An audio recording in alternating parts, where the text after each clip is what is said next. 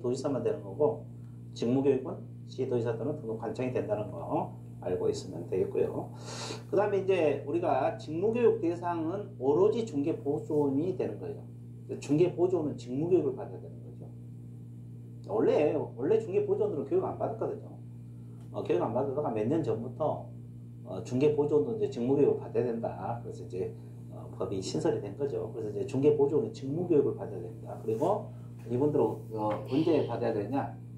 자, 이것도 고용신고 일정 1년 이내에 받아야 되는데, 종료신고 1년 이내 고용신고를 다시 하려는 자는 그러하지 아니한다. 그러니까 보조원 그만두고 다시 보조원으로 갈 때 1년 이내에 다시 갈 때는 안 받아도 되고 1년 지나면 받아야 되는 게 모든 게 1년이야. 보조원도 1년 이내에 받아야 되는데, 고용신고 일정은 그만두고 1년 이내에 다시 고용될 때는 안 받아도 된다 이 말이에요. 자, 그 다음에 직무교육 내용이 나와 있는데, 이 보조원들은 우리가 앞에서 배울 때 중개 업무를 한다고 배웠습니까? 보조 업무를 한다고 배웠어요? 중개 보조 업무를 한다고 배웠잖아요. 그러니까 이분들은 뭐 하루도 한국을 떠나서 살 생각을 해본 일이 없어. 법률 지식이랄지 그 다음에 법제도 이런 거 교육을 다 시켜요. 그래서 이제 이분들은 지금 윤리 등입니다. 한국이라는 나라가 와보니까 이런 교육을 그렇게 시켜요. 시간도 많이 안 온 되니까 사람들 다 등쳐먹는 곳이 이곳이야.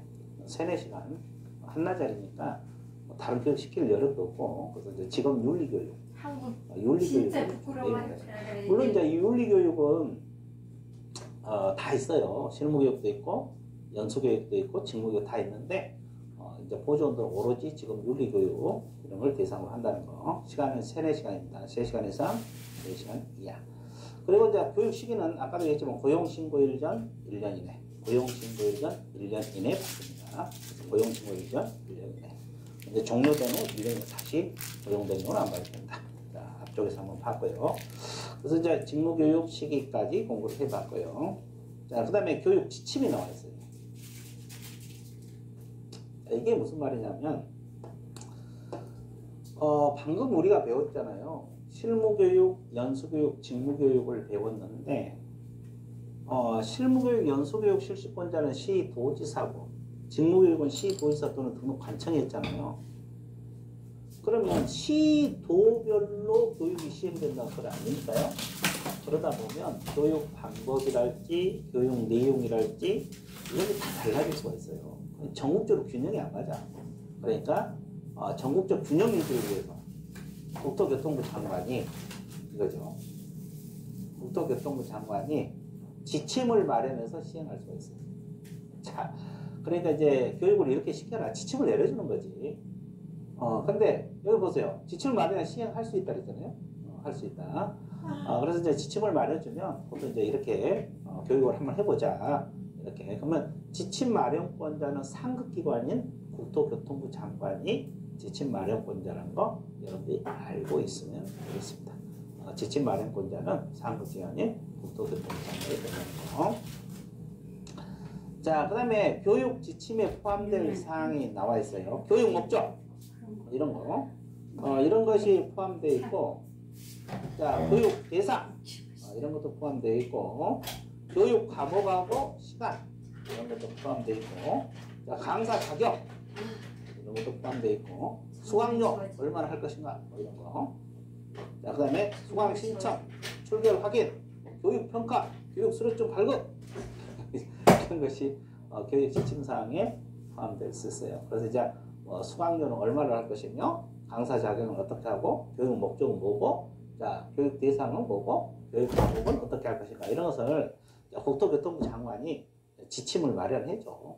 그러면 이제 그 교육기관에서 그 지침대로 따라서 할 수 있다 이 말입니다. 그리고 이제 맞게 균형 있는 교육 실시에 필요한 기준과 절차 뭐 이런 것을 마련해서 시행할 수 있다. 근데 여기서 이제 알아둘 것은 교육 지침 마련권자가 누구냐 이걸 알아야 돼요. 교육 지침 마련권자가 누구냐? 국토교통부 장관이라는 거. 상급기관인 국토교통부 장관에서 지침을 마련해서 시행할 수 있다. 자, 이런 내용을 여러분들이 알고 계시면 되겠습니다. 자, 그 다음에 이제 예방교육이 나와 있잖아요. 이 예방교육이 부동산 거래 예방 교육이 있는데 이것이 이제 워낙 부동산 거래 사고가 많이 일어나요. 부동산 거래 사고가 일어나니까 예방 교육이라고 있죠. 그래서 이제 이걸 공부를 할 건데 우리가 이제 앞에서 배웠던 교육에서 실무 교육, 연수 교육, 직무 교육을 배웠잖아요. 이거다가 조금 차이가 있어요. 예방 교육. 그래서 이제 이걸 공부를 해야 될 건데 예방 교육 실시권자를 한번 보세요. 이 실시권자는 셋 다 됩니다요. 국토교통부 장관도 되고 시도지사도 되고 등록관청 셋 다 돼요. 근데 아까 우리가 뭐라 했어요? 실무교육, 연수교육, 직무교육은 시도지사 그리고 직무교육은 시도지사 등록관청 이분들이 된다 그랬잖아요. 근데 이제 이게 예방교육은 국토교통부 장관도 들어갑니다. 국토교통부 장관, 시도지사, 등록관청이 실시권자예요. 그럼 대상자는 또 누가 받아야 되냐? 이것도 마찬가지. 개공 등이에요, 등. 개혁공인중개사 등. 등 속에는 누가 들어갑니까? 소속공인중개사 들어있고, 중개보조원도 들어있고, 법인의 임원 사원도 들어있고, 다 들어있잖아요. 그러죠? 개공도 들어있고. 그래서 결국, 예방교육 대상자는 중개업에 종사하신 분들이 다 예방교육 대상입니다. 자, 다시 공부하기도 편해요. 실시권자는 셋 다 국장, 시도지사, 등록관청. 대상자는 다 어떤 사람 다 중개업에 종사하신 분들. 개공이 됐건 소공이 됐건 보조원이 됐건 임원사원이 됐건. 자, 그 다음에 또 주의할 게 있어요. 이 예방교육은 실시하여야 한다가 아니라 할 수 있어요. 할 수 있다. 근거 규정만 두고 있다는 거죠. 근거 규정만 두고 있어요. 그러니까 실시해도 되고 안 해도 되고 예방교육 할 수도 있고 안 할 수도 있고 지금 내가 예방교육 했던 말 못 들어봤거든요. 이거 생긴 지도 얼마 안 됐고 몇 년밖에 안 됐으니까 그래서 할 수 있다. 근거 규정만 두고 있다는 거. 그리고 이제 공고 또는 통지 보세요. 아까 내가 이야기했잖아요. 이거 자 내가 아까 이야기했잖아요. 연수교육에서 한번 나왔잖아요. 아까 우리가 배울 때 연수교육은 통지만 한다 그랬어요. 연수교육은 통지만 해준다 그랬어요. 그런데 예방교육은 공고하거나 통지입니다. 공고 또는 통지예요. 그러니까 신문이나 이런 데 공고할 수도 있고 직접 대상자에게 통지할 수도 있다는 거지. 자, 그래서 국토교통부 장관, 시도지사, 등록관청은 예방교육 실시하는 경우 교육일 10일 전까지 이것도 머릿속에 넣어야 되겠죠. 일시, 장소, 내용 몇 월 며칠 날 마포구청에서 개정시법 그 앞에 필요한 교육사항을 공고하거나 통지입니다. 자, 공고는 신문 같은데 그러니까 예방교육 한다고 이렇게 신문에다가 공고할 수도 있고 또 통지도 할 수 있어요. 그래서 이제 예방교육은 공고 또는 통지입니다. 공고하거나 통지 둘 중 하나예요. 근데 아까 우리가 연수교육은 오로지 통지만 있다는 거. 이런 것도 신경 써야 돼. 근데 혼자 공부하다 보면 이런 거 신경 안 쓰잖아요. 그러니까 맨날 틀려나가는 거지. 여기 만약에 이제 건드려 버리면 틀려나가는 거예요. 그래서 이제 예방교육은 그리고 교육을 10일 전까지 일시, 장소, 내용 공고하거나 통지, 공고하거나 통지입니다. 이런 내용을 잘 알아두시면 되고요. 그 다음에 교육비 지원이 나왔죠. 자, 국토교통부 장관, 시도지사, 등록관청, 개공 등이 부동산 거래 예방교육을 위해서 교육을 받는 경우 대통령령이 정하는 바에 따라서 필요한 비용을 지원할 수 있다. 즉 쉽게 말해서 교육비를 지원할 수 있다는 소리예요. 자, 그러면 생각해보세요. 아까 우리가 실무교육, 연수교육, 직무교육을 받을 때 교육비 지원한다는 말을 안 배웠거든요. 없어. 그러니까 실무교육이나 연수교육은 교육비 지원한다는 말이 없어. 근데 자기가 돈 내고 받아야 돼. 자기 돈 내고 받아야 된다고. 실제로 지금 그 실무교육 중개하려고 하는 사람 등록해야 되면 실무교육 받아야 되니까 교육비 내거든요. 교육비 내야 돼요. 꼭 받아야 돼요.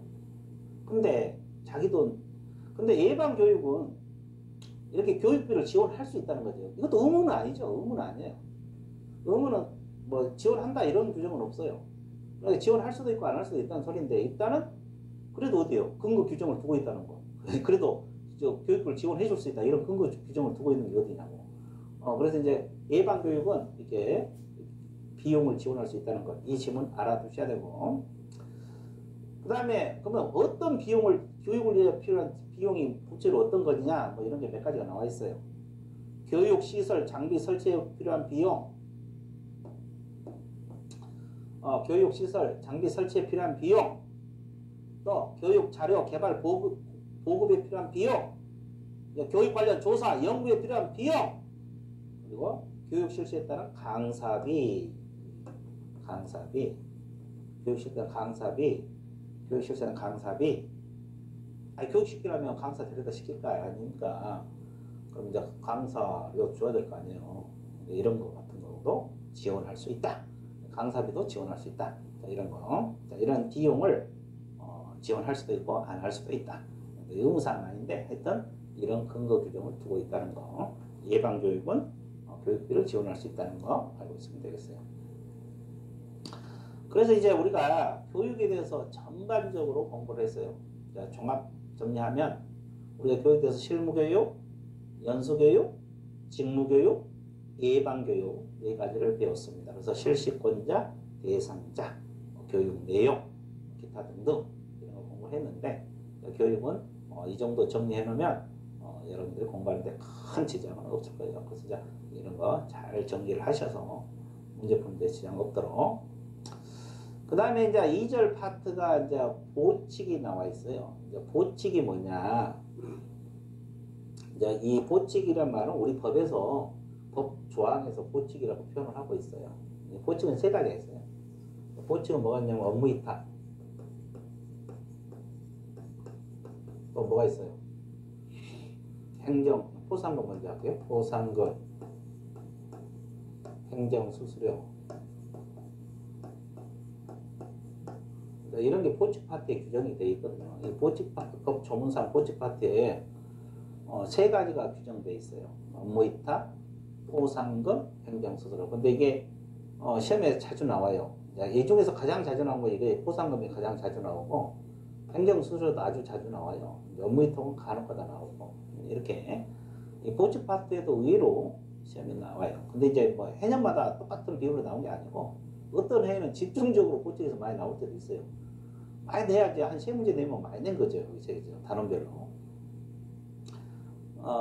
그래서 이제 세 문제 내리 나올 때도 있고 심지어 네 문제까지 나올 때도 있고 어떨 때는 한 문제 나올 때도 있고 또 안 나온 해는 또 한 문제만 나오가 아예 안 나올 때도 있고 그래요. 근데 이제 이게 나오기 시작하면 또 집중적으로 출제해야 되더라고. 그래서 이제 보칙 파트를 공부를 해 주셔야 되는데 이제 가장 먼저 우리가 공부할 것이 업무위탁이에요. 업무위탁. 자, 업무위탁은 간략하게 이제 판서를 하고 또 내용을 봐드릴게요. 자, 업무위탁은 크게 이렇게 나눠집니다.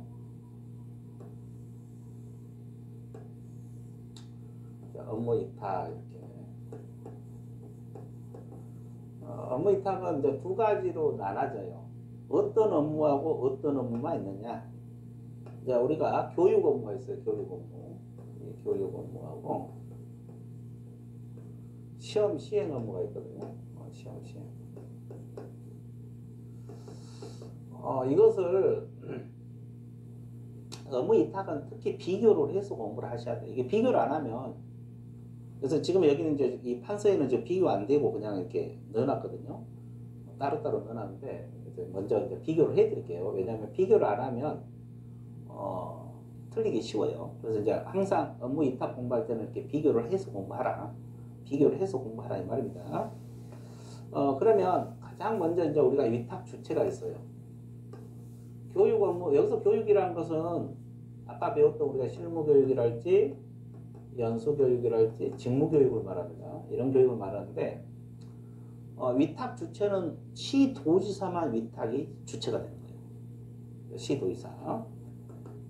그러니까 쉽게 말해서 실시권자들이 위탁 주체가 돼요. 남의 일을 위탁할 수는 없잖아요. 근데 이제 시험 시행 업무는 누가 실시해요? 시험 시행 기관장에서 하잖아요. 시험 시행 기관장이 위탁 주체가 되는 거지. 시험 시행 기관장이 위탁 주체가 된다. 자, 다시 여기서 우리가 알아둘 것이 이 교육 주체는 시도지사. 시험 시행 업무 주체는 시험 시행 기관장이 되는 겁니다. 근데 실질적으로 이분들이 안 하고 있잖아요. 위탁을 하잖아요. 그래서 이제 위탁을 하는 거지. 위탁을 하는데, 그럼 위탁 받은 기관을 우리가 수탁기관이라고 표현을 했잖아요. 그럼 교육 업무는, 자, 실무교육, 직무교육, 연수교육 있잖아요. 이것은 학교가 있어, 학교. 여기서 학교라는 것은 부동산 관련 학과가 개설된 학교예요. 부동산 관련 학과가 개설된 학교. 그러면 이제 4년제 대학 부동산학과 있는 데 있잖아요. 4년제든 전문대든, 그 다음에 사이버대든 방송통신대든 산업대든, 하여튼 부동산 관련 학과가 개설된 학교만 위탁을 받을 수 있어요. 그죠? 부동산 관련 학과가 없는 것은 안 되고, 그 다음에 이제 공인중개사협회, 협회에서 아까 위탁받아서 할 수 있다 그랬잖아요. 공인중개사협회, 그 다음에 공기업하고 준정부기관, 이런 데서 교육 업무를 위탁받을 수도 있고. 자, 시험 시행 업무는 어디서 위탁을 받느냐? 비슷해요. 근데 여기는 학교가 없어요. 학교가 안 들어갑니다. 공인중개사 시험은 학교는 안 들어가고, 공인중개사 협회하고 공기업하고 준정부기관은 들어가요. 자, 그러면 내가 왜 비교해서 공부하는지 알겠죠? 비슷비슷하잖아요. 이 주체는 약간 차이가 있어요. 왜냐하면 시험 시행 기관장의 원칙은 시도지사라고 배웠어요. 앞에서 예외적으로 국토교통부 장관이라고 우리가 앞에서 배웠습니다. 자, 그러면 여기도 이제 국장이 더 들어가잖아요. 시도지사는 같지만 약간 차이가 있고, 수탁기관도 여기는 똑같잖아요. 협회하고 공기업 준정부기관은 똑같잖아요. 똑같은데 학교가 차이가 있는 거예요. 이게 비교해서 공부하라는 거지. 그래서 비교해서 공부하라는 거예요. 그리고 위탁을 했으면 일반인들은 어떻게 알겠어요? 뭐 실무교육을 어디다 위탁했는데 어떻게 아냐고. 그러니까 위탁했다는 사실을 간보에다가 고시를 하게 돼 있어요. 간보에다가 고시를 해야 돼요. 어느 기관에 위탁했나 이런 내용. 여기도 마찬가지예요. 간보에 고시를 해야 되는데, 근데 차이가 뭔지 아세요? 여기서는 시도지사가 간보를 고시하는 거고, 여기는 시험 시행기관장이 고시를 하는 거예요. 그래서 이제 이 업무 위탁을 그래서 비교해서 공부하라는 거지. 그래서 주체 차이, 수탁기관 학교 차이, 고시 주체 차이. 교육 업무는 시도지사가 간보에 고시. 공인중개사 시험 시행 업무는 시험 시행기관장이 고시. 자, 이런 거 약간씩 차이가 있으니까 이런 걸 비교해서 공부를 해 주시면 됩니다. 그럼 이제 지금 내가 이야기했던 거 다시 한번 봐드릴게요. 자, 업무 위탁에서 교육 업무 위탁이 나와 있어요. 교육 업무. 여기서 교육 업무란 건 방금도 이야기했지만 실무교육, 연수교육, 직무교육이 있어요. 이런 교육을 말하는데, 위탁기관은 시도지사만 된다는 거 여기서 이야기했죠. 그리고 수탁기관은 학교입니다. 자, 부동산 관련 학과가 개설된 학교예요. 부동산 관련 학과가 개설된 학교. 방금 내가 이야기했죠. 4년제든 2년제든 방송통신대든 사이버대든 산업대든 관계없이 부동산 관련 학과가 개설된 학교는 위탁을 받을 수 있다. 그리고 공인중개사 협회가 받을 수 있다는 거. 그리고 공기업하고 준정부기관, 이런 기관에서 교육 업무를 위탁받아서 처리할 수 있다. 그래서 지금 협회에서 많이 하고 있어요. 공인중개사 협회에서. 그래서 이런 게 지금 31회 합격생들은 어차피 중개업 하려면 실무교육 받아야 되잖아요. 그래서 지금 31회는 최근에 발표됐으니까 지금 실무교육 받으려고 지금 몇 월 며칠 날 날짜가 다 협회 홈페이지에 올라가 있을 거예요. 그래서 신청해서 받으면 되는 거예요. 시도지사가 교육하겠어요? 바빠 죽겠는데. 그러니까 이게 협회나 이런 데서 위탁을 받아서 하는 거지. 그러니까 협회 홈페이지에서 이런 데 가면 이게 일정이 다 나와 있어요. 그게 맞게 신청을 해서 교육 받으면 됩니다. 자, 그 다음에 그러면 이제 방금 학교랄지 공기업 준정부기관 협회에서 위탁받아 처리한다 그랬잖아요. 그럼 교육시키려면 최소한 무엇은 필요해요? 최소한 강사 필요하지. 교육 과목고 강사를 확보해야 되고, 강사 확보해야 될 거 아니에요. 그리고 강의실 확보해야 되지. 강의실 한 개 이상이면 돼요. 근데 50제곱미터밖에 안 돼요. 그렇게 안 커도 되죠. 면적 50제곱미터 그렇게 안 커요. 그러니까 최소한의 교육 실시하려면 강사하고 강의실이 있어야지 교육을 시킬 거 아니에요. 그러니까 이렇게 위탁을 받아서 이렇게 자기들이 교육 업무를 실시하려면 이 두 가지는 확보를 해서 신청을 해 들어가야 된다. 이 뜻이고, 그 다음에 아까 내가 말했어요. 관보에 고시하라고 했잖아요. 그러면 교육 업무는 시도지사가 고시하는 거예요. 이걸 신경 써야 돼요. 위탁받은 기관의 명칭, 어느 기관에 위탁했으며 대표자 및 소재지, 위탁 업무 내용, 어떤 업무를 위탁했는가, 이걸 알려야 될 거 아니에요. 알려야 된다고. 근데 이제 교육 업무는 시도지사가 실시권자고 위탁 주체이기 때문에 시도지사가 고시를 하는 거고, 이렇게 하는 거지. 그리고 이제 교육시키려면 최소한 강사하고 강의실은 있어야 될 것이다. 강의실은 50제곱미터입니다. 또 면적이 너무 적다 그래서 이거 50 아니겠지 그러고 100이라고 찍으면 안 됩니다. 50제곱미터 이상입니다. 이상이니까 큰 관계 없겠죠. 자, 그 다음에 시험 시행 업무 들어가 볼게요. 시험 시행 업무 들어갑니다. 이제 시험 시행 업무 봤잖아요. 교육 업무하고 시험 시행은 이거 공인중개사 시험을 말하는 거예요. 공인중개사 시험을 말하는데 아까 비교했죠. 여기는 위탁 주체가 시험 시행 기관장이에요.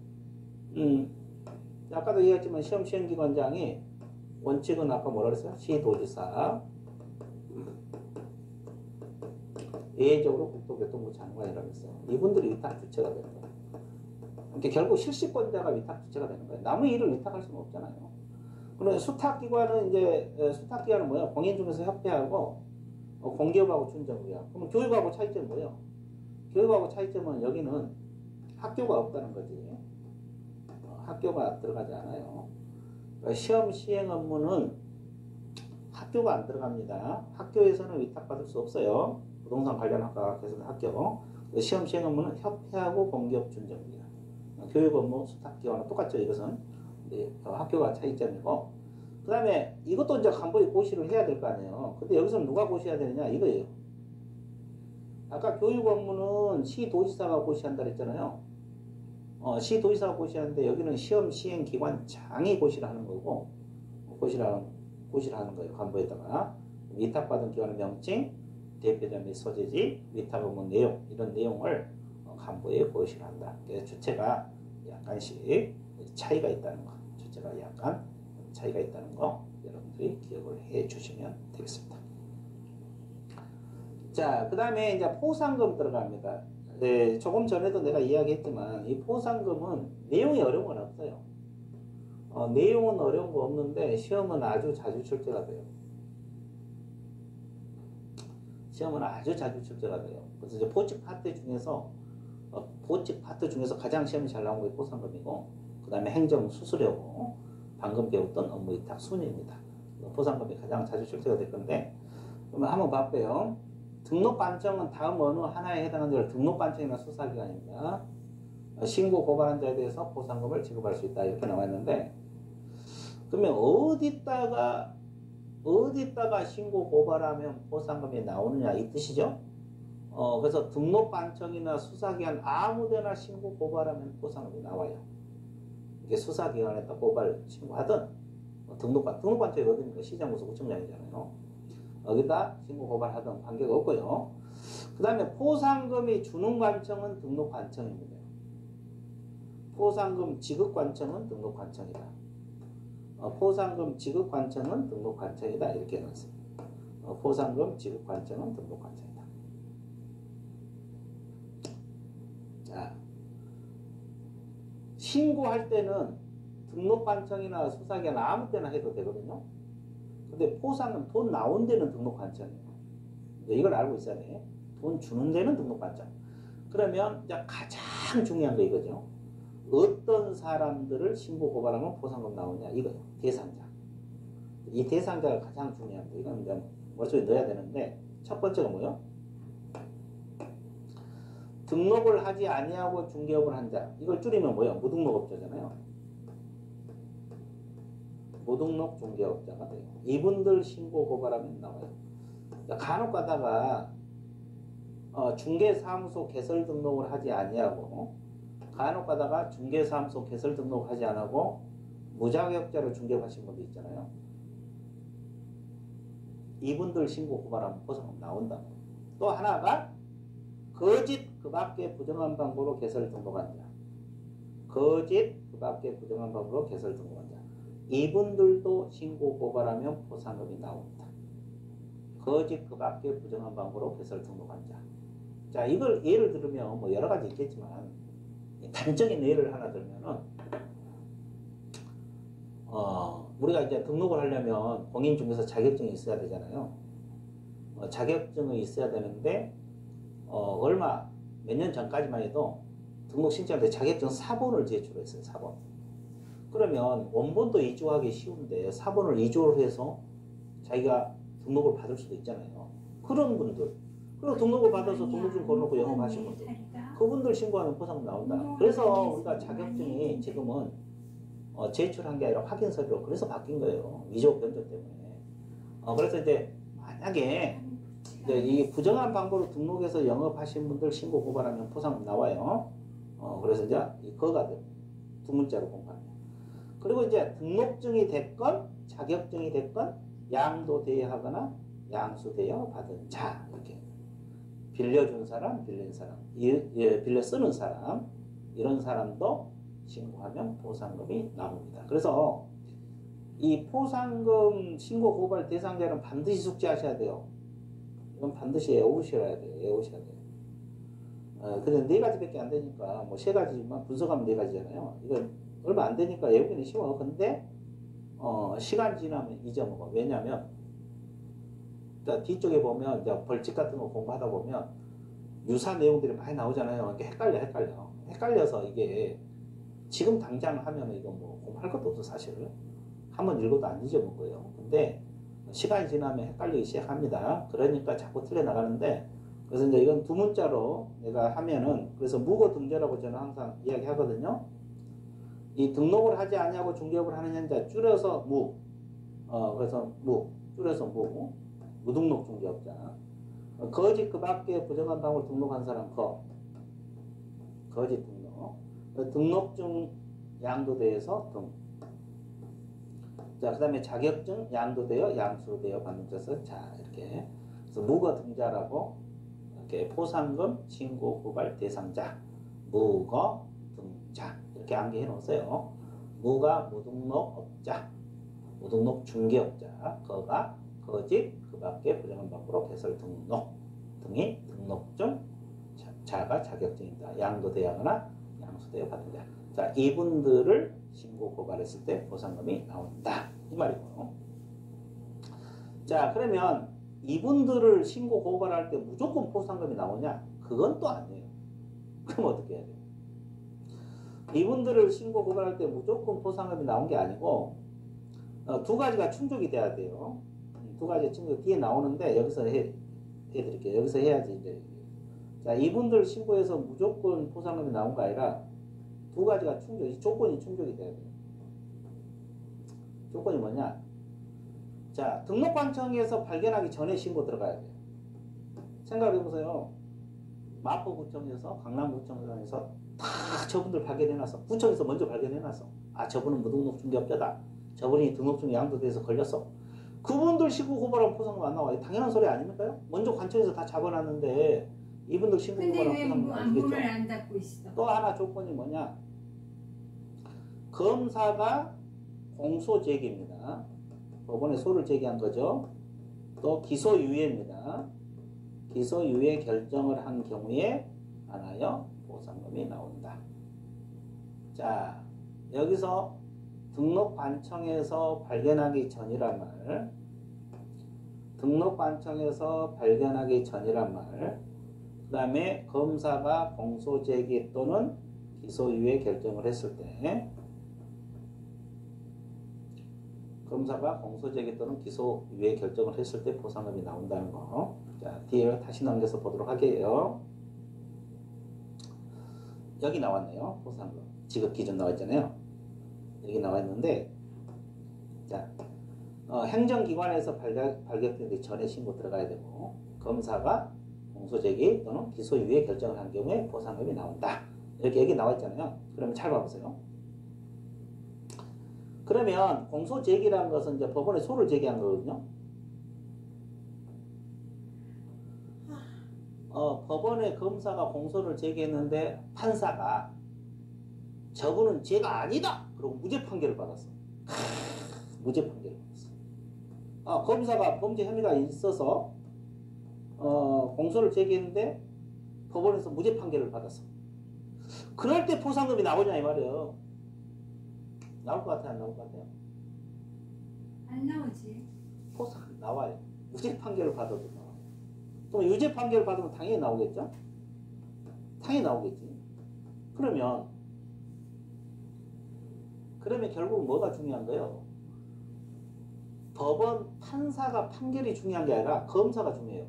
검사가 범죄 혐의가 있다고 인정을 해서 법원에다 소를 제기하면 포상금이 나와. 무죄 판결을 받든 유죄 판결을 받든 무조건 포상금이 나온다는 거. 여기까지 알아야 돼요. 그리고 이 기소유예라는 말은 뭡니까요? 범죄 혐의는 인정되지만 정상을 참작을 해서 소를 제기하지 않는 거거든요. 이것도 일단 검사가 범죄 혐의를 인정한 거잖아요. 다만 정상을 참작해서 소를 제기하지 않는 거니까 이것도 포상금 나와요. 됐어요? 근데 아예 검사가 누가 신고 들어왔거든요. 누가 신고 들어왔는데 조사하다 보니까 검사가 저건 죄가 안 돼. 범죄가 아니야. 무혐의 처분 내려버려요. 검사가 무혐의 처분 내려보면 포상금 안 나와요. 이건 포상금 안 나옵니다. 이건 포상금 안 나와. 그러면 여기서 이제 포상금에서 가장 중요한 것은 법원이 중요한 거 아니라 검사가 중요하다는 거예요. 그러니까 검사 손에서 범죄 혐의가 인정되면 포상금이 나온다는 거예요. 공소 제기해서 무죄 판결을 받든 유죄 판결을 받든 포상금 나올 거고 또 기소유예 결정을 한 경우도 포상금이 나옵니다. 근데 아예 검사가 혐의가 없다 인정해버리면 포상금 안 나와요. 그걸 알아두세요. 여기까지 알아야지 문제가 풀립니다. 그러면 포상금 건당 얼마가 지급된다? 50만 원이요. 한 건 신고하면 50만 원. 그러면 두 건 신고하면 100만 원. 세 건 신고하면 150만 원. 네 건 신고하면 200만 원입니다. 그래서 여러분들이 보상은 건당 50만 원인 거. 근데 내가 지금까지 강의한 것 중에서 건당 50만 원 이거 잊어먹은 사람 한 번도 못 봤어요. 이건 한 번 들으면 절대 안 잊어먹어요. 그렇죠? 다른 건 다 잊어먹어도 50만 원 잊어먹은 사람 내가 한 번도 못 봤어요. 하여튼 한 건 신고하면 50만 원입니다. 그 다음에 포상금 이제 이 마포에서는 워낙 많이 신고 들어와서 포상금 지급할 돈이 없어. 그럼 국고에서 보조도 해줘요. 보조. 다 해준 건 아니고 일부가 얼마냐? 100분의 50 이내입니다. 50% 범위 내. 자, 이내.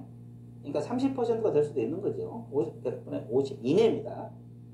자, 이 포상금은 150만 원 딱 끊었어요. 이건 50만 원 이내가 아니라 50만 원. 포상금은 껐다 50만 원 이내가 아니에요. 근데 이제 국고에서 보조할 수 있는 비율은 전액 보조한다면 틀려요. 일부고 이것이 100분의 50 이내다 이 말이에요. 100분의 50% 이내. 그러니까 이내란 말이 뭐요? 내란 소리죠. 40만 원이 될 수도 있고 40%가 될 수 있고 30%가 될 수 있는 거예요. 최대가 50% 이내입니다. 전부 보조한다 그러면 틀려버려요. 자, 그 다음에 포상금 지급 절차가 나와 있는데 그러면 포상금을 받으려면 어디다 제출을 해야 되느냐? 아까 이야기했잖아요. 신고할 때는 수사기관이나 등록관청 아무거나 해도 돼요. 근데 포상금이 나온 관청은 등록관청이다. 그래서 결국 등록관청에다가 지급 신청서를 제출해야만이 나온다. 수사기관에다가 포상금을 달라 하면 수사기관에서는 휴지통에 버려버려요. 지급 신청서.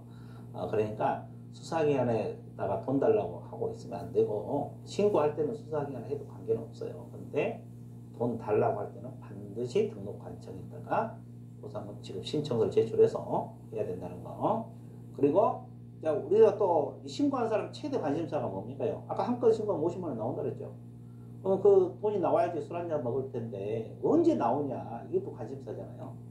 이것은 신청일이 아니라 결정일입니다. 그러면 1개월인데 이게 결정일이 더 중요해요. 1개월도 중요하지만 이 결정일이 더 시점이 더 중요하다고. 신청일이 아니에요. 신청일로부터 1개월 이내 보상금 지급한다 그러면 틀려버리고 지급 결정일입니다. 그러면 우리가 이제 신청 들어가면 관청에서 언제 지급할 거 결정을 할 거 아니에요. 지급할지 말지를. 근데 우리는 잘 모르지. 사실 모르지. 신고한 사람 모르잖아요. 근데 이제 관청에서 그 결정한 날로부터 1개월 이내 보상금이 지급이 된다는 거. 자, 시점이 중요합니다. 1개월도 중요하지만 시점이 더 중요하다는 거. 그 다음에 또 알아둘 것이 뭐냐 이거죠. 자, 하나의 사건에 대해서 2명 이상 공동으로 신고 들어가요. 자, 하나의 사건에서 2인 이상 같이 신고 들어가. 균등배분이요. 예를 들어서 한 건 신고 있잖아. 그럼 25만원씩. 한 건이면 50만원이라고 했잖아요. 25만원씩. 근데 합의하면 합의한 대로 줍니다. 합의하면 합의된 방법으로 지급이 돼요. 그러니까 2명 같이 신고했는데 한 사람이 49만원, 또 한 사람이 만원 그렇게 합의해도 합의한 대로 준다고. 뭔 소리 알겠어요? 합의가 안 되면 이제 균등 배분해요. 25만원씩 배분하고 합의하면 합의. 그런데 이거 관청에서 합의했는지 안 했는지 어떻게 하냐고. 이건 말 구두로 해서는 안 돼요. 반드시 서면으로 제출해야 돼요. 왜냐면 관청에서 돈이 나가잖아요. 그럼 거기도 근거 자료를 가지고 있어야 될 거 아니에요. 그러니까 합의 각서를 제출해요. 그러니까 합의할 때는 합의해서 신청할 때 합의 각서를 제출합니다. 이 합의 각서를 제출하게 돼 있어요. 자, 이거 서면으로 이렇게 제출해 합의한 사실을 서면으로 제출하는 소리예요. 구술로 해가지고는 어떻게 해요? 막상 구술로 했더라도 나중에 뭐 딴소리 해보면 골치 아프잖아요. 그러니까 결국 우리가 이제 합의했다는 합의 각서를 등록관청 제출해서 하면은 합의된 대로 보상금이 나갑니다. 그래서 이제 그 보상금 지급 신청서에 보면 계좌번호 다 적게 돼 있어요. 그럼 거기서 이제 계좌에다 넣어주겠지. 그 다음에 등록관청 하나 사건에 2건 이상 신고 들어가잖아요. 2건. 그러면 먼저 신고한 사람이 최초. 그러니까 2인 이상 공동 그러면 균등 이렇게 머릿속에 넣고 2건 그러면 최초 이렇게 머릿속에 넣어놓으면 돼요. 이게 무슨 말이냐면 똑같은 사항을 A라는 사람은 오늘 신고하고 B라는 사람은 다음날 신고했어. 같은 내용을. 그러면 어떤 사람이 보상금을 줘야 되겠어요? 먼저 신고한 사람은 줘야 될 거 아니에요. 그걸 말합니다. 이런 경우는 최초로, 이런 경우는 최초로 신고 고발한 자에게, 이런 경우는 최초로 신고 고발한 자에게 보상금을 지급한다. 이렇게 여러분들이 공부를 해 주시면 되겠습니다. 자, 포상금 끝났어요. 그러면 이제 뭘 공부해야 되느냐? 행정수수료입니다. 이제 행정수수료가 나오니까 이것도 시험에 의외로 자주 나와요. 근데 이것은 우리가 앞에서 단원별로 계속 공부를 해왔던 거예요. 여기 그 파트 단원별로 계속 공부했던 건데 여기서는 이제 뭐냐면 모아서 같이 한다 이 뜻이에요. 모아서 같이 한다. 그래서 이제 봐드릴 건데 다음 어느 하나에 해당하는 자는 당의 지방자치단체 조례. 자, 여러분들이 우리나라 지방자치단체는 어떤 거 있어요? 어떤 거 있을 거예요? 자, 크게 분류해서 광역자치단체하고 기초자치단체 있잖아요. 광역자치단체가 시도잖아요, 시도. 기초자치단체가 시, 군, 구잖아요. 그러면 서울 예를 들어보면 서울시는 광역자치단체고 강남구는 기초자치단체, 종로구도 기초자치단체, 마포구도 기초자치단체가 되잖아요. 그러면 이제 이 지방자치단체 조례가 정한 수수료를 납부를 해야 되는데 그러면 시도 조례가 정한 수수료를 납부해야 되느냐 시군구 조례가 정한 수수료를 납부해야 되느냐 이 문제가 제기돼요. 그래서 이제 여기까지 공부를 하셔야 돼요. 자, 그럼 봐볼게요. 자, 지방자치단체 조례가 정한 수수료 납부할 규정이 이렇게 6가지가 있습니다. 이건 이제 다 지방자치단체 조례고, 근데 A적으로 우리가 공인중개사 시험을 국토교통부 장관이 시행할 수 있다 그랬잖아요. 이런 경우는 지방자치단체가 아니라 국토교통부 장관이 결정 공고하는 수수료를 납부해야 돼요. 이때는 국토교통부 장관이 결정 공고하는 수수료를 납부를 하라 이렇게 나왔어요. 이건 A입니다. 이게 원래는 다 지방자치단체 조례거든요. 그런데 국토교통부 장관이 시험을 시행할 때는 국토교통부 장관이 결정 공고하는 수수료 납부하라. 그럼 이제 우리 과목에서 수수료 납부가 6가지가 있어요. 자, 하나씩 분석 들어갈게요. 공인중개사 자격시험을 시도지사가 시행할 때 시도조례입니다. 그리고 자격증 재교부 있잖아요. 이 재교부는 시도지사가 해줘요. 그리고 시험 실시권자가 원칙적으로 시도지사라고 했잖아요. 이 두 가지가 수수료가 있는데 이 두 가지는 시도조례입니다. 자, 시도조례. 그럼 내가 왜 시도조례를 할까요? 시도지사가 시험 실시권자고 자격증 재교부도 시도지사가 하니까 시도조례예요. 무조건 외우지 말고 생각하면서 공부하라 해서 내가 누차 강조했잖아요. 생각하면서 공부를 해야지 응용력도 생기고 기억이 된다고. 그냥 외워봐요. 바로 잊어먹어요. 그래서 이 시험 실시권자가 시도지사고 재교부도 시도지사니까 시도조례예요. 근데 밑에 보세요. 우리가 등록 신청할 때 우리가 앞에서 수수료 납부하라 그랬거든요. 사무소 개설 등록 신청할 때 수수료 납부하라. 등록증 재교부. 재교부는 이제 등록 관청에서 하잖아요. 분사무소 설치 신고. 그 다음에 분사무소 설치 신고하면 설치 신고 확인서 주잖아요. 작년까지만 해도 신고 필증이었죠. 신고 필증인데 용어가 바뀌었어요. 용어가 분사무소 설치하면 신고 필증을 주잖아요. 근데 이것이 이제 용어가 신고 확인서로 바뀌는 과정이에요. 바뀌었다고 그러고 지금 현재는 바뀌는 과정입니다. 왜? 법에서는 바뀌었는데 시행규칙에서는 아직 안 바뀌었어요. 시행규칙은 아직 신고 필증이에요. 그래서 앞에 강의할 때 내가 신고 필증이라고 이야기했을 거예요. 근데 이게 이제 용어가 지금 현재 바뀌는 과정이에요. 그러니까 이제 앞으로는 분사무소 설치하면 신고 확인서라고 공부하셔야 될 것 같아요. 왜냐하면 법이 바뀌면 따라서 시행령, 시행규칙에 따라서 바뀌거든요. 그럼 다 확인서로 바뀌어 나오겠지. 지금은 이제 법만 바뀌고 시행령하고 시행규칙은 아직 신고 필증이라고 그대로 쓰고 있거든요. 바뀌는 과정이기 때문에 앞으로는 확인서로 공부해야 될 것 같습니다. 그래서 앞쪽에서 내가 신고 필증이라고 했는데 여기서부터는 지금 신고 확인서입니다. 그러면 등록 관청, 등록 신청도 시장군수구청장, 등록증 재교부도 시장군수구청장 해주고 설치 신고할 때 주된 사무소 시장군수구청장이 하고 설치 확인서 재교부도 주된 사무소 시장군수구청장이잖아요. 그러니까 여기서는 관할이 다 시장군수구청장이니까 조례도 시도 조례가 아니라 시군구 조례가 되는 거고 시군구 조례를 따라야 되고 자치구만을 의미한다. 이렇게 추가로 공부를 해주시면 돼요. 자, 공부하는 방법.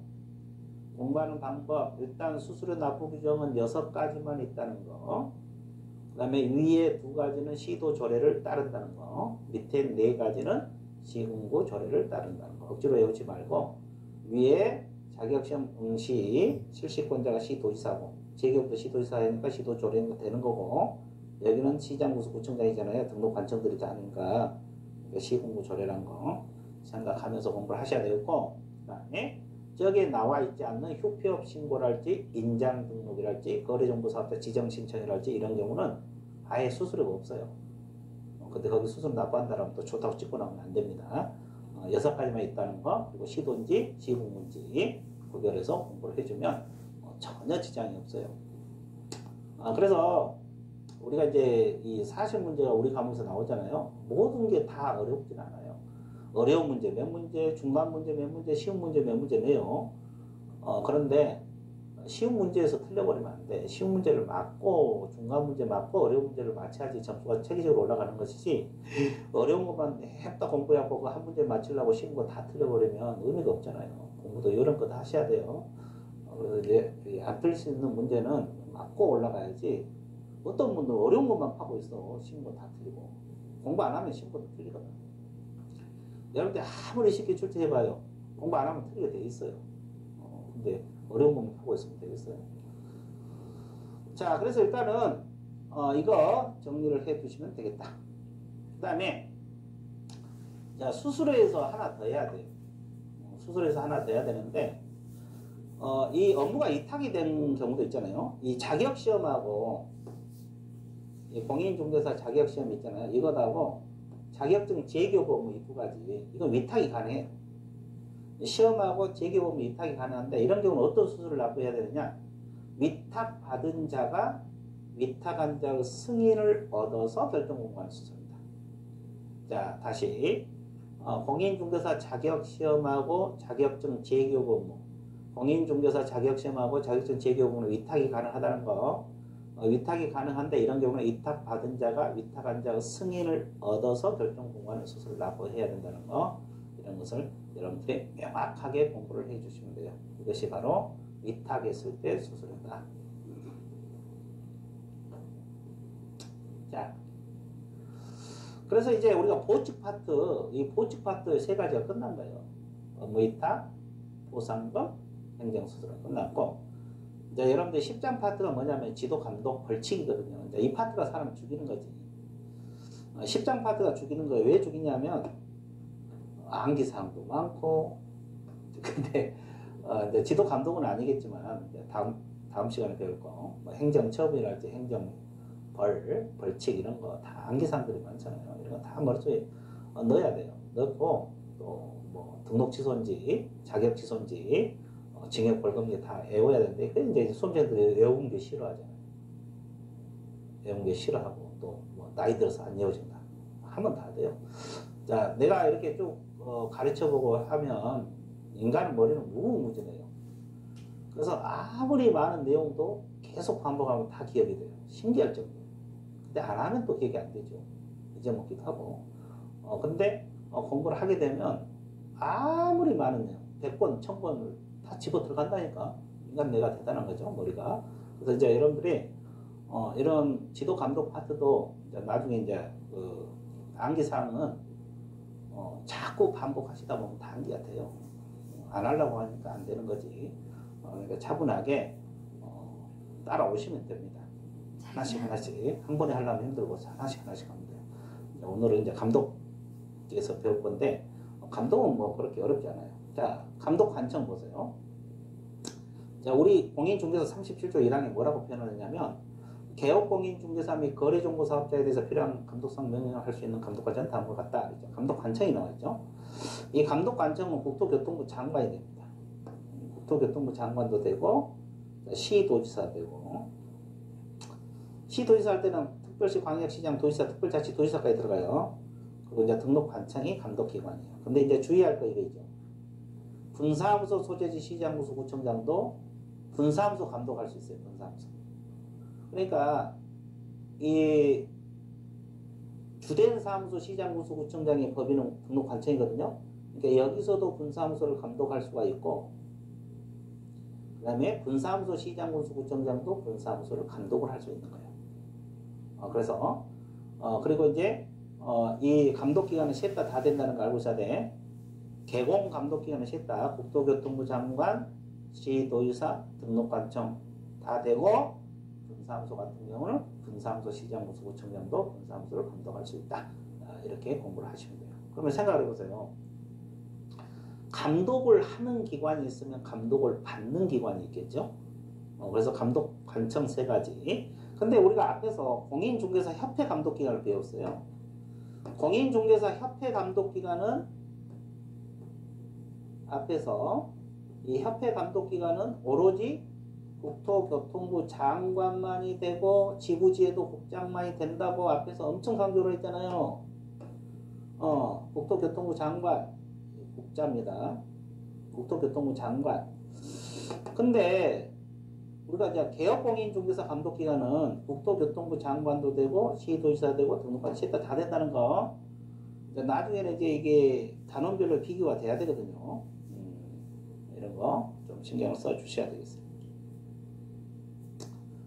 그 다음에 이제 협조 요청이 나와 있잖아요. 국토교통부 장관, 시도지사, 등록관청은 불법 중개 행위 등을 단속함에 있어서 필요할 경우에 협회하고 공인중개사 협회입니다. 공인중개사 협회하고 관계기관에 협조를 요청할 수 있다. 협조를 요청할 수 있다. 그러면 협회는 공인중개사 협회는 특별한 사정이 없으면 이에 따라야 된다. 협조 요청했는데 안 따르면 안 되겠죠? 따라야 된다. 뭐 이런 우리 법에 규정이 되어 있어요. 뭐 중요한 건 아니고 일단 이런 규정이 있다는 정도만 알아두세요. 중요한 거 이거죠.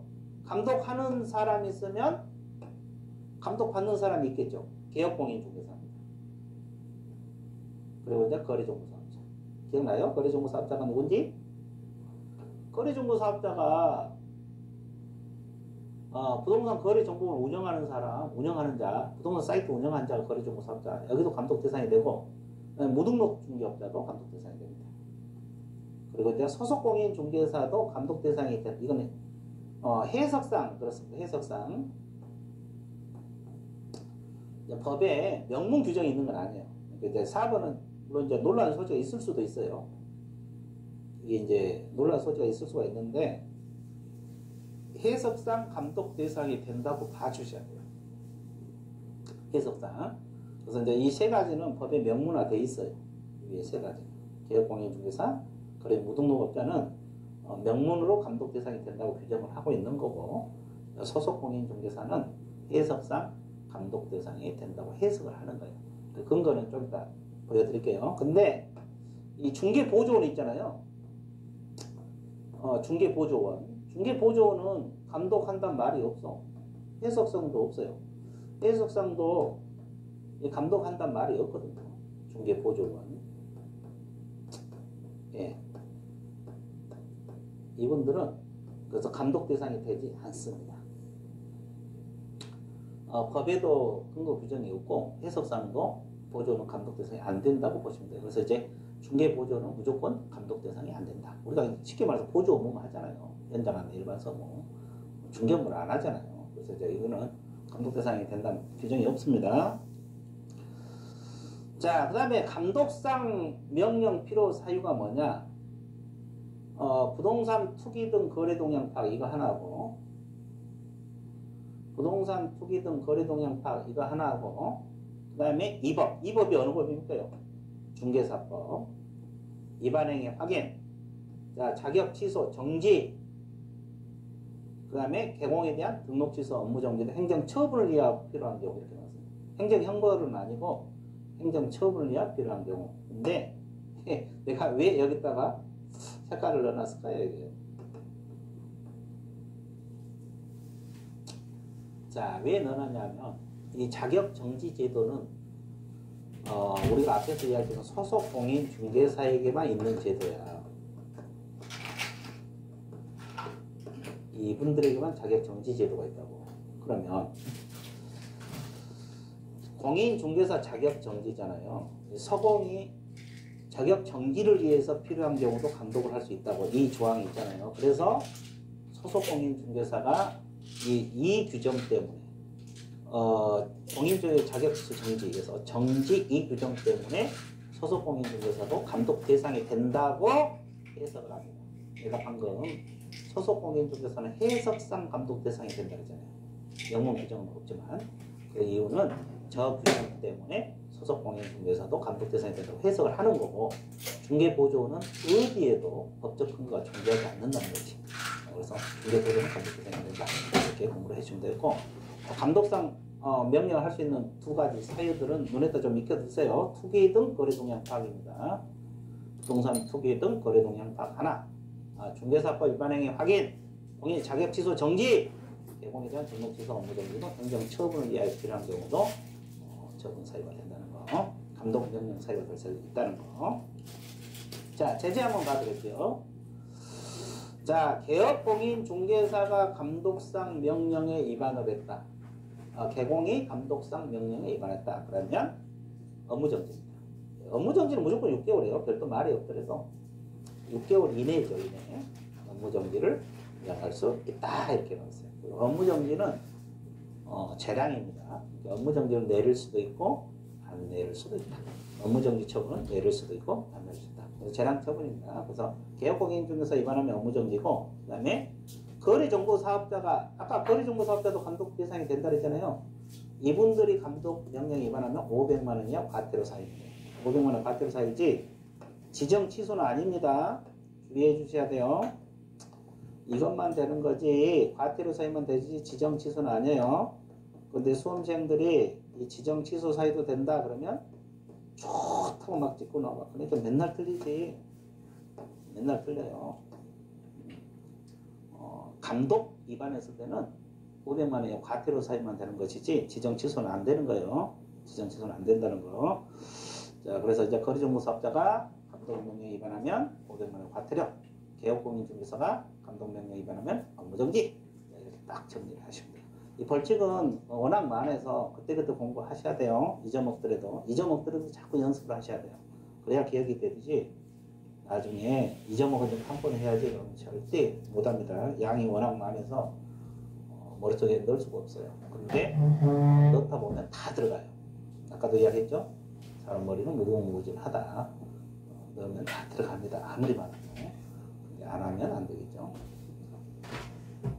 자, 이렇게 해서 우리가 이제 이번 시간 보칙하고 교육 일부하고 보칙하고 감독 일부 했습니다. 감독까지 공부했는데 이렇게 이제 차근차근 해 나가다 보면 실력은 싹 갈 겁니다.